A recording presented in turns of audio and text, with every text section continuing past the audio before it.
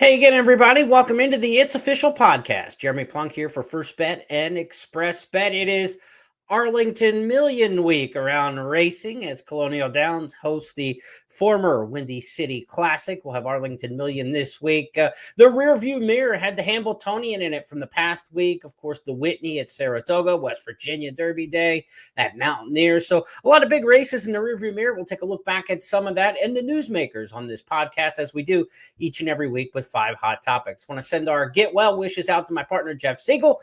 Hopefully we can have Jeff back on the podcast sometime in the future. But as for this week, we've got 5 topics for you. And we start off each and every edition of the It's Official podcast with Jeff's 2025 addition to the program. That is the Goosebump Award. Which performance last week got us most excited, got us up out of our chair, got us rooting and screaming in the stretch? Well, it may not have been one of the big Saratoga or Del Mar races that you would expect. It wasn't the Hambletonian.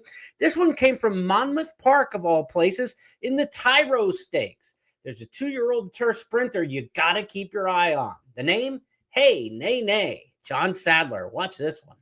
Hey, Nay, Nay, the 1-5 favorite, says, come and catch me if you can. Opens up 2, goes well. Sir Newton's Law under a ride and losing contact with that top runner around the turn. Red Lad down on the inside, trying to advance position and slipping inside of Sir Newton's Law. Far outside is Winning Juice. They're off the turn. Paco Lopez takes a peek back and now asks for Hey, Nay to accelerate, and he opens up by 4 lengths with a furlong to go. Now it's 5, almost 6. Hey, Nay, Nay, 2 for 2 to kick off his career, and he's a dominant winner of the Tyro Stakes. Hey, Nay, Nay clobbered him. Winning Juice was second, Red Lad third. The John Sadler training by No Name Never. The second dam is a half-sister to 8 Bells. So this is a really good female family, of course, of the legendary 8 Bells. And so the Tyro Stakes winner, Hey, Nay, Nay, one to watch, our Goosebump Award winner this week. And you talk about the 2-year-old turf division. You could be looking at something like the turf sprint at Breeders' Cup time out at Del Mar. Again, this was a debut winner in Southern California for Sadler. Won the debut at Santa Anita, came east for the Tyro. They could ship again because there's a lot of big money races. The $1 million Kentucky Downs Juvenile Mile is a race that they've talked about, maybe on September the 7th. Also August 31st, it comes up a little faster, but the $1 million Juvenile Sprint at Kentucky Downs. This horse would certainly be very tempting in one of those big money spots where you could go back to Del Mar. They've got a juvenile turf race there around 2 turns and prepare for the Breeders' Cup, which will be at Del Mar this year. But Hey, Nay, Nay, a very impressive winner of the Tyro Stakes, got this week's Goosebump Award for the top performance around the country. Really looking forward to seeing where this 2-year-old ends up. Again, probably not going to go that far, but maybe up to a mile, and that's all you've got to get in the Breeders' Cup Juvenile Turf Division. Of course, if you want a turf sprint, you can stay running that 5/8 of a mile at Del Mar come this fall. Let's go to our second topic this week, and a lot of folks probably figured this would lead the action. It was a big-time performance by Sierra Leone, winning a classic clash in the Whitney Stakes. That was certainly the race of the week last week around the horse racing world, and in 148 and 4, it was Sierra Leone getting the job done, wearing them down on the outside like we've seen him do many times before. He is right behind White Barrio as the field turns for home. Fierceness is the one to catch. He has a 3-length lead. Sierra Leone down the center of the track is coming with powerful strides, and Highland Falls is in there too. But it's Sierra Leone who takes the lead from last to first. Highland Falls trying his best. Sierra Leone has won the Whitney. Highland Falls was second. Disarm finished third. White Barrio was fourth.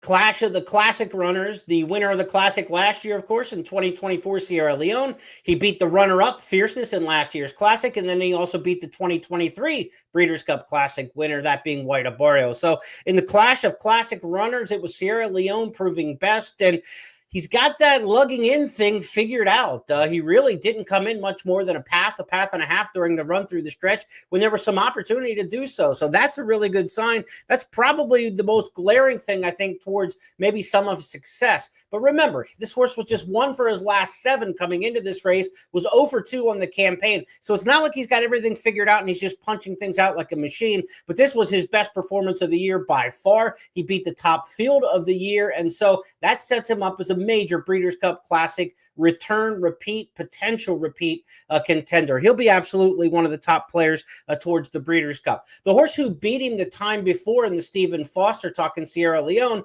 that being Mindframe. Mindframe was scratched out of this race, really had no intention of running in the Whitney Stakes. They're going to run Mindframe back in the Jockey Club Gold Cup. Pletcher Rapoli and Company decided to go with just fierceness in the field for the Whitney. That was expected going into it. Also expected going into the Whitney was the fact that Chad Brown entered a rabbit in there to help set the pace a little bit and set the table some for Sierra Leone. While the rabbit didn't make the lead, the long shot did. The rabbit pressed the pace 50-1, 70-1 on the top two down the backstretch, but they only went 47 flat to the half. They didn't blaze. Fierceness was sitting third, and jockey John Velasquez took a strong hold of him turning onto the backstretch and let those two long shots kind of clear off by 4 or 5 lengths. Instead of just letting Fierceness maybe have his head and go free running a little bit more, Fierceness had absolutely no excuse. The rabbit had no impact. This was all his own doing. He turned for home and looked like a 2-length lead and looked like he was just going to be the Fierceness we expect when he runs his big race. Think back to the Florida Derby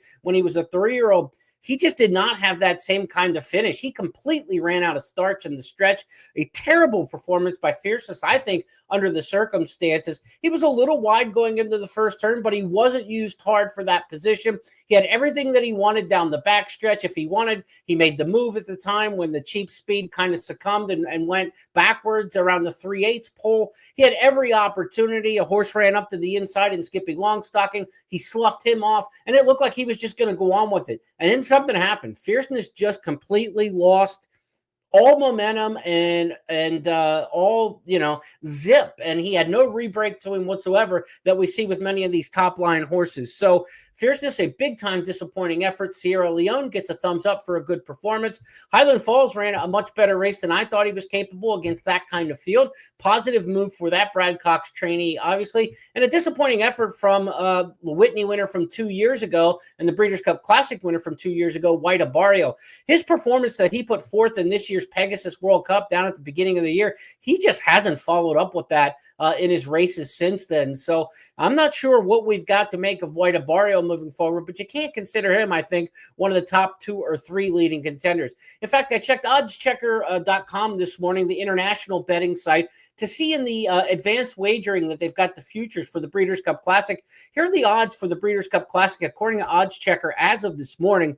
Oddschecker.com. Sovereignty is the heavy 9-4 favorite, so that's just over 2-1 odds. And when you see Sierra Leone's second choice all the way to 5-1, more than twice the price. Sovereignty, a very solid international bookmaker favorite for the Breeders' Cup Classic right now. The other 3-year-old, of course, Journalism at 7-1. Forever Young, last year's second-place finisher in the Breeders' Cup Classic from Japan at 10-1. He should have one prep overseas and come back here for another shot at Del Mar. Mindframe at 10-1 as they get into that Jockey Club Gold Cup potential head-to-head with Sierra Leone and Mindframe. Maybe something changes there in terms of prices with another good performance. Remember, Mindframe beat Sierra Leone in the at Churchill Downs in the Stephen Foster. Nice a big winner of the San Diego Stakes, goes next probably in the Pacific Classic at Del Mar for Bob Baffert. He's at 12. Then Fierceness at 16. Right now, I don't think I would touch Fierceness towards the Breeders' Cup Classic. Highland Falls at 20 off of that effort. Torpedo Anna also at 20. Of course, last year's Breeders' Cup Distaff winner. Those odds again this morning from oddschecker.com. Sovereignty, a very solid favorite towards the Breeders' Cup Classic. Of course, Sovereignty and Journalism haven't proven themselves against older horses, and we know this is a pretty good older horse division. When you talk about Nisos in there, Mindframe, Sierra Leone, this is a good group. White Barrio is not quite able to keep up in some instances with this group, which tells you how good of a crop that it is of the older horses. We don't talk about that very often, a good crop of older horses in the Classic division too many seasons. So this is an interesting dilemma, if you will, from a handicapping standpoint. And to me, that makes the 3-year-olds a little bit more on thin ice than they would be some years because there is a depth to the older horse division. So while Sovereignty is the big favorite at 9-4, I mean, if they ran the Breeders' Cup Classic right now, I couldn't bet Sovereignty as the favorite against older horses, not having seen him take on older competition. And again, he's just kind of knocking out Baez every time. And Journalism, we don't know how those two horses stack up against the elders as well. We're going to find out. Maybe the Pacific Classic will be where we find out some of that matchup of the 3-year-olds against the elders. Maybe we see Journalism. Maybe we see Baez in the Pacific Classic. Maybe one of them, maybe both. But how they would fare against some of the older horses at Del Mar, maybe we'll find that out in the Pacific Classic. Maybe they'll stay against the 3-year-olds. Their trainers and owners certainly have options moving forward. But right now in the Classic camp and the Classic rematch, if you will, it was all about Sierra Leone last week, and he turned in a really good performance.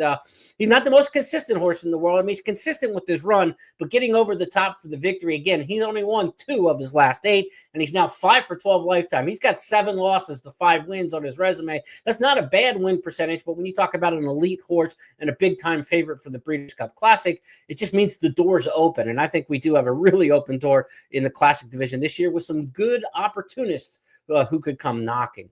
Now, let's talk about our next topic on the big board this week, and this is an interesting one.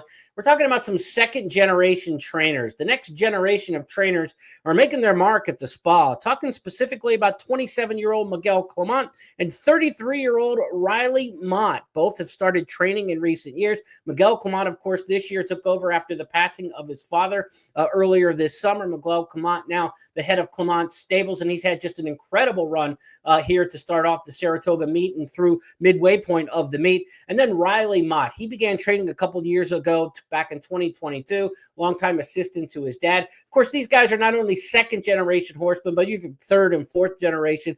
Of course, Miguel Clement's grandfather, also named Miguel, a big-time trainer in France. Bill Mott, the father of Riley Mott, he's the son of a veterinarian. So there's a lot of history in the racing world with these two trainers, and they've got a lot of history going back with each other. This was a really interesting post from Clement Stables on X.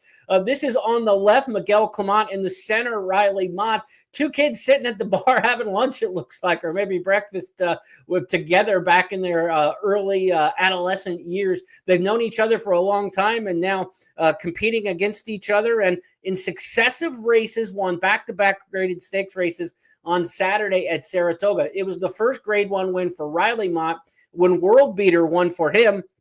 And then Miguel Clement had deterministic win the Grade 1 race in the 4-star Dave. It was the Saratoga Derby for Riley Mott. Let's go back and take a look at the highlights of those 2 wins. Deterministic, a horse who was on the Kentucky Derby trail for Christophe Clement a few years ago, ran in the Gotham. If things went well there, maybe he would have been a Kentucky Derby horse moving past the Wood and into the Derby picture. He ended up becoming a turfer, and now he's become one of the better turf milers of all things, cutting back and trip. Here's Deterministic last week in the Grade 1 4-star Dave. Of the way, Deterministic takes a crack at him on the outside second. Lagunos in behind them. Win for the money is in fourth. Johannes still well back, has 7 or 8 lengths to make up. Think big on the outside. Deterministic takes command in the final stages and starts to open up. Another tremendous effort from Deterministic, who wins the FanDuel 4-star Dave under Kendrick Carmouche. Intellect rallied. Big time effort there in the Turf Mile and race number 8 on Saturday at the Spa, and then right back in the next. It was the Saratoga Derby Invitational, and Miguel Clement passed the baton to Riley Mott. Far outside, Hot as Hell, still well behind at the top of the stretch, looking for room now. In some traffic trouble is Hot as Hell, finding a seam now as they reach the 8th pole. Joella still there, 2 late lead. Tiberius Thunder, World Beater on the inside, Capitol Hill. Joella, here's World Beater coming fast, and Test Score on the outside. These 2 will decide it. World Beater and Junior Alvarado have won the Saratoga Derby Invitational. Joella Ultra Game ends up second. Test Score was third. Alvarado and Mott. Have we heard that before in 2025? How about that? Second generation, not only for Bill Mott and Sovereignty Junior Alvarado, but getting a Grade 1 win for Riley Mott here. His first Grade 1 win at age 33 as a trainer. World beater, 11-1 upset there. Some other horses in that Saratoga Derby Invitational, just of note, Final Gambit was 5th in there. Tistastic was 9th and last. A couple Derby horses that were kind of surface question marks going into the Kentucky Derby. Tistastic certainly more proven on the dirt, but had been a turf horse at age 2. The question of what they wanted to do with those horses moving forward, turf really hasn't worked out for either Final Gambit or Tistastic. Maybe we see them back to synthetic for Final Gambit as his best surface, but where can he run on synthetic and get big money races? Turfway in the winter, maybe up the Woodbine for a major stakes, but for a horse like Final Gambit, he kind of seems like a horse without a surface right now in terms of the major races. And then when you look at Tistastic, I think they'll try to get him back to the dirt. But I think the impetus behind Tistastic trying to get to the turf and run well as a turf horse is he's owned by Winchell Thoroughbreds. Ron Winchell, part owner of Kentucky Downs Racetrack. And of course, they've got big money races at Kentucky Downs, including the Nashville Derby coming up for their meet in September. You would think this was a stepping stone race for Tistastic to get back to Kentucky Downs and run on Winchell's home track, and literally home track, and it just hasn't worked out for him. Tistastic has not been good in his past couple starts, and this certainly 9th and last, something you have to scratch your head about for him moving forward. One other note out of Miguel Clement's win with Deterministic, that race, of course, the 4-star Dave, 133-4, an outstanding turf mile there. Maybe we'll see this runner in the Breeders' Cup turf mile. Deterministic's got some options. He's a horse with a lot of versatility about him, but now as a turf miler winning the 4-star Dave in 33 and change, you think maybe Breeders' Cup turf mile for him. Johannes, who was in this race, was making his first start since last year's end of the meet or beginning of the meet on December 26th at Santa Anita, and he's only had that one start since finishing second in last year's Breeders' Cup mile on turf. Johannes got knocked around from the start on the first turn and ended up with a poor performance, 9th of 10 as the 9-5 favorite. He really didn't get much out of the start, and he had to travel to do it. So really just a disastrous. You just want to kind of rip up the transportation ticket and everything involved with Johannes coming east for the 4-star Dave. Nothing worked out right for Tim Yakteen and company there. He'll try to regroup. We'll see what kind of races they may have in store for him. Maybe something at Santa Anita in the mile division. Try to get prepped up for the Breeders' Cup. He would, if he gets to the Breeders' Cup mile, Johannes probably is only looking at 2 races this year. I mean, it would kind of be a DeHaas-like return. Not quite as dramatic, obviously, as DeHaas, but to only get 2 preps between, last year running December 26th and the Breeders' Cup coming up in November would be a very light resume, and he didn't get anything out of this race. So Johannes is really up in the air when you talk about a Breeders' Cup turf mile performer now, because he's probably got one last prep in him, and it's got to be a good one to kind of get him in that level, because you're not just talking the American horses. You have to get good enough to beat Deterministic, who beat you here, and Deterministic against the top European milers in the Breeders' Cup is probably a very pricey proposition. He's probably double-digit odds in a Breeders' Cup mile on turf. So there's a lot of things that need to happen and go right for Johannes between now and the Breeders' Cup mile to get back to where he was in 2024. Unfortunately, it did not work out well for him in the 4-star Dave. But as for the next generation, they're making their mark at the Spa. Clement and Mott, when you talk about the fathers here, between the two of them, $540 million in earnings. It's 8,000 wins. Mott 4th all-time in earnings. Clement 12th all-time in earnings. Now passing the baton, Bill Mott certainly not done. He's still got the top horse in the country in Sovereignty. But his son, Riley Mott, now a Grade 1 winner. And Miguel Clement doing his father's stable, certainly proud, having an unreal performance so far throughout the Saratoga meet. Talking about some unreal performances over the past week, we're going to shift gears here a little bit into not glowing praise, but a little negativity and sarcasm. Have you noticed the stewards' decisions at Saratoga and Del Mar in recent days? Oh, my goodness. I don't know how you could not have seen them. Certainly a big stir in social media, but if you're betting and you're watching, you've got to be wondering what the hell's going on out there when it comes to some of these stewards' decisions at Saratoga and Del Mar. We're calling this category, topic number 4, foul territory. I don't know what's foul and I don't know what's fair anymore in racing after watching some of the performances in recent days. Let's go back to Zulu Kingdom in the National Museum of Racing Hall of Fame Stakes last Friday. Let's get the finish and then we'll talk about the controversy. Zulu Kingdom puts the pressure on at the top of the stretch. Maui Strong, Zulu Kingdom head-to-head with a furlong left to go, and Zulu Kingdom now takes command. In the center, Tiz Dashing is finishing with some interest, trying to get into second, as Zulu Kingdom has a 3-length lead. Far outside, Capitol Hill from absolutely nowhere. It will be Zulu Kingdom. Zulu Kingdom wins. Capitol Hill from far back nabbed second in front of Tiz Dashing. Winners win, and that's all Zulu Kingdom does as he takes the Manila. He did, but he didn't at the same time, because Zulu Kingdom here ends up being disqualified for interference on the backstretch and around the turn. Here's what the drone shot looked like that the stewards were looking at with Zulu Kingdom. Here we're going to pick it up on the backstretch. He's third from last here, the green arrow on him. He's got a little space, and he's going to drop in a little bit here, but not come all the way and close the door. It does cause a bit of a chain reaction between the back two runners in there, but not a major performance to me, a major incident that's going to have a 2 to 5 shot taken down. If that is considered in turf racing to be a disqualification of a clear winner at 2 to 5 odds, I think we're opening Pandora's box to anything can come down. And not only was it a DQ of Zulu Kingdom at 2 to 5 in there and screwing the betting public in my estimation, but Flavian Pratt also got days for it for a careless riding. And so a suspension to one of the top riders, Eclipse Award winner from last year, Flavian Pratt. I don't understand that decision. But if that decision is considered egregious, nowhere near the finish line, several furlongs out, with a clear-cut winner, if that's what's going to be judged, I get it. It may have cost a placing for 4th or 5th or some purse money for one of the runners in there. But again, it's not clear-cut that he even had a major violation in there. He was coming down some, but again, the rider in the second path kind of overreacted, in my estimation, to the horse dropping down some. And so there wasn't even a clear and physical contact. And for me, I want to see disqualifications adjudicated this way. If it's obvious, there's a disqualification. If it's not obvious, there's no change. We have 3 stewards in the booth, and that's so that we get a variance of opinion, and that's good. But a 2 out of 3 decision to me should not be a takedown.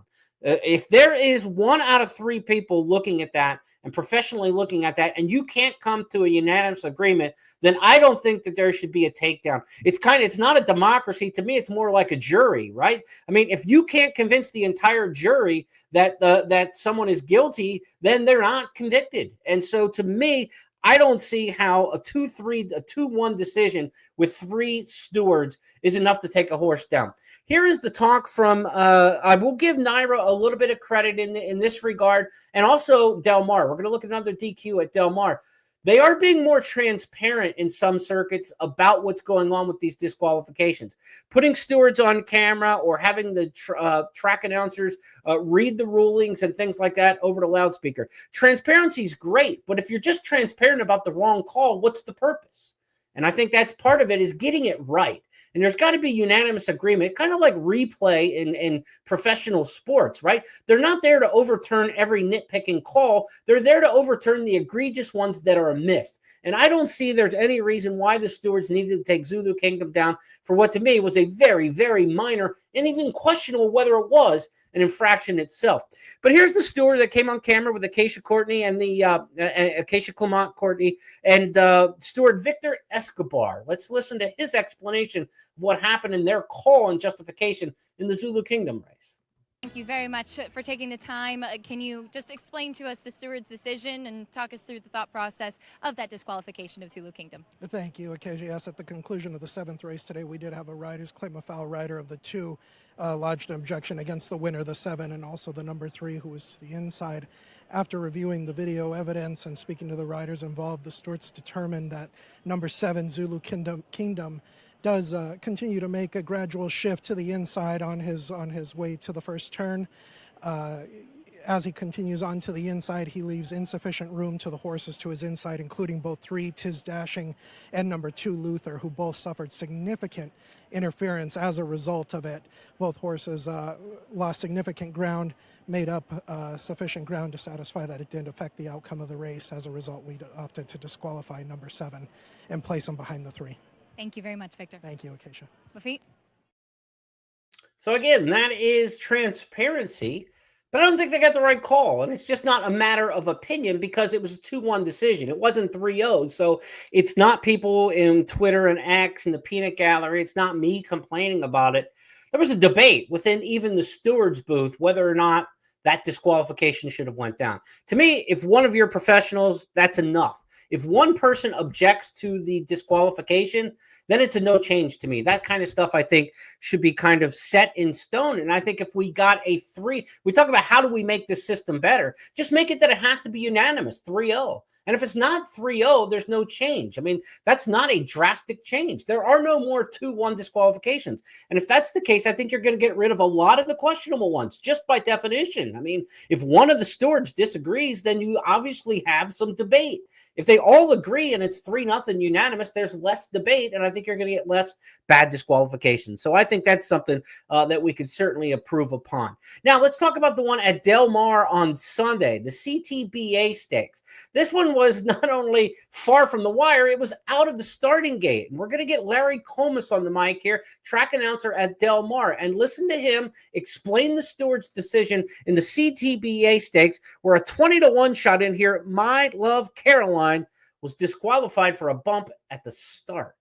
We're going to show you a slow motion view from the drone, then a pan shot, and then a view from the 3/8 pole shot. In this shot, you will see that number 5 will break out, causing number 6 to clip heels with number 5. And number 6 was only beaten a half length for a placing.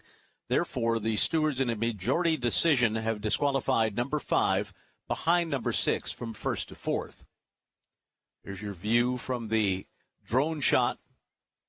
Again, the 5 is in the green and white. The 6 is in the black and yellow. Here's the pan view. You'll see that number 5 will break out, causing number 6 to clip heels with the 5. And number 6 only beaten a half length for third place. Thus was cost a placing in the majority decision by the stewards and was disqualified, number 5, from first to fourth behind number 6. We'll show you that one more view from the 3/8 pole. This is a head-on shot. You'll see the 5 in those green and white colors will break out, causing number 6 to clip heels. And because number 6 was only beaten a half length for third, the majority opinion of the stewards was to disqualify number 5 from first to fourth place.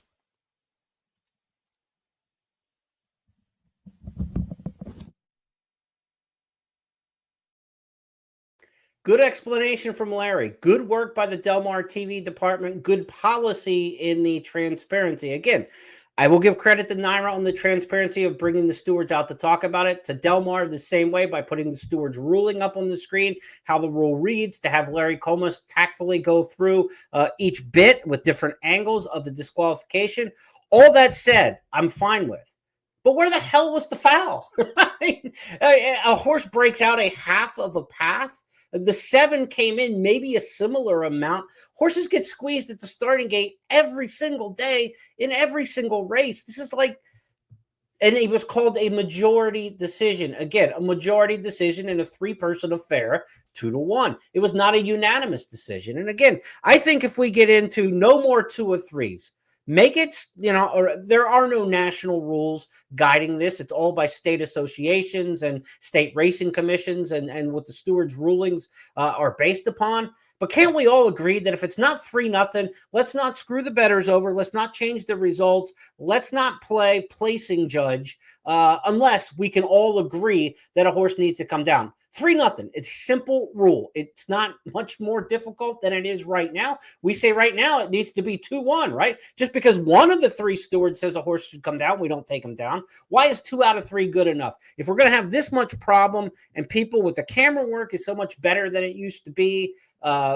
we have so much more technology with the drone shots at a lot of these tracks and better looks at things. It's not just some windy tower camera with a kid up there, trying to stay on the tower, getting us a bad video head-on look at a lot of these races. You've got better technology to work with. 3-0. That's what it needs to be. 3-0 on stewards' decisions, and I think we take care of a good deal of these problems. There's always a human element. There's always going to be, whether you're talking balls and strikes in baseball, no matter what you're talking, pass interference in football.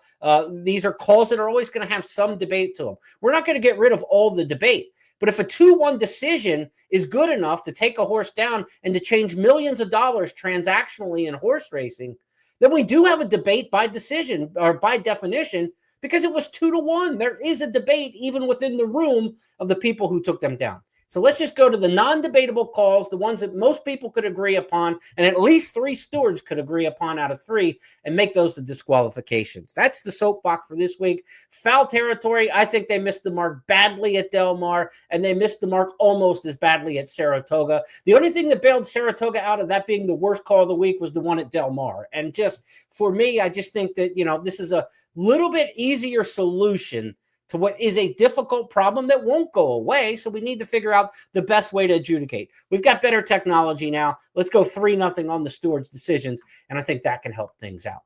Now we go to our 5th and final topic this week on It's Official, and as we close up each and every show, we're looking for the stars of tomorrow. Which horses maybe in 2-year-old races this time of year announce their candidacy to be future stars. Of course, we could have talked about Ewing, the winner of the Saratoga Special, with a really nice performance for him. He's now 2 for 2 lifetime for Mark Cassidy, and he looks like one of the favorites towards the Breeders' Cup Juvenile. Kenny McPeak, the trainer who flashed 2 years ago, the Kentucky Derby winner Mystic Dan, he's got himself 5 2-year-old winners in the last week, 4 at Ellis Park, 1 at Colonial Downs. You could have went with Peak. You could have went with Ewing. You could have went with Johnny's Red Storm for Rick Petito, the coach of the Red Storm, who won nicely at Saratoga. Ted Naffy, a nice winner for Todd Pletcher at Saratoga. But they all paled in comparison to this one. The Tiz the Law debut winner, Butane. Walker Bueller, a former pitcher, one of the owners of this one, and he threw the gas. Watch Butane in this one.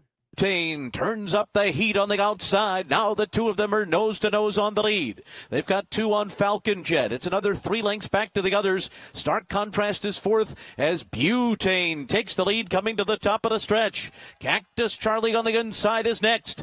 Then comes Falcon Jet in 3rd by the 8th pole. Butane by 2. Falcon Jet, the stablemate, chasing him home in 2nd. Cactus Charlie is 3rd, but it's going to be Butane. He's going to win from here to Fenway Park. Won it by 4 in the end over Falcon Jet. And then it was Charlie's Curlin and Stark Contrast. The former Dodger, not a former pitcher. He's with the Red Sox now, as Larry Coleman called out with the Fenway Park reference. By Tiz the Law, this is out of the second dam. The grandmother on the dam side of this one is Dream of Summer, which makes this a really strong female family. Dream of Summer made over $1 million. She was the mare who ended up producing Creative Cause and Destined, 2 major stakes winners there. Butane from a really good family. Bob Baffert's got him another one. We saw him win last week with just an absolutely smashing debut winner. He comes back again with another one in Butane. He'll be lined up strongly towards the Del Mar Futurity at the end of the meet, as he is seemingly every year. What is it now, Baffert in the Del Mar Futurity? 12, 13, 14 wins, something like that in a Del Mar Futurity. That might be undercutting it. He might even have more than that. Butane could be the next one to kind of go in that realm. And the bees are wild for Baffert. He had Brant, the horse, last week, who was $3 million. Brant and won on debut. This was Butane, the debut winner, costing more than $1 million, again, by Tiz the Law. Butane, our star of tomorrow.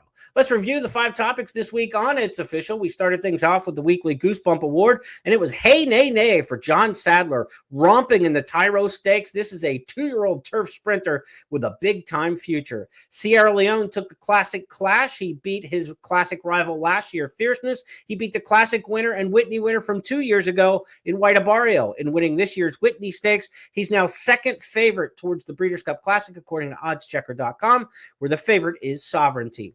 The Next Generation made its mark at the Spa last week. We're talking Miguel Clement, the 27-year-old trainer who won the Grade 1 4-star Dave with Deterministic. Then a couple minutes later, his youthful sidekick Riley Mott at age 33 pulled an 11-1 upset in winning the Saratoga Derby Invitational.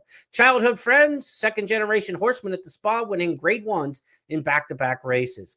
We went into foul territory and talked about the poor disqualifications, in my estimation, of Zulu Kingdom and the suspension of Flavian Pratt for their apparent victory and disqualification in the National Museum of Racing Hall of Fame stakes at Saratoga. The Naira stewards then were one up the day later by the California stewards at Del Mar in the CTBA stakes when taking down 20-1 upset winner My Love Caroline for a questionable call at the starting gate.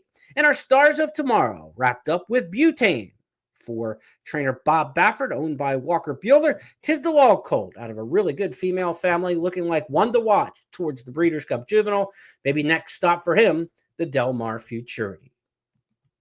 Those 5 topics are now official because Jeff Siegel and I say so. That's how we play the game, and we'll re-rack it and do it all again with 5 more topics next week. We'll have the Arlington Million to talk about. We'll have the Sword Dancer at Saratoga, a big weekend of racing. If you like the Hambletonian last week on the harness side, we've got the Dan Patch Friday night for you at Hoosier Park as well on the harness side this week. So a lot going on, both on the flats and on the standardbreds as well, and we'll take a look at all the big topics next week on the show. Between now and then, be sure to join us on Friday when guest handicapper Scott Shapiro joins me for the First Call podcast. We'll handicap 8 stakes races for this coming weekend. Another big weekend of racing action around the country, and we'll have it all for you on Friday with our handicapping selections. Have a great day, everybody.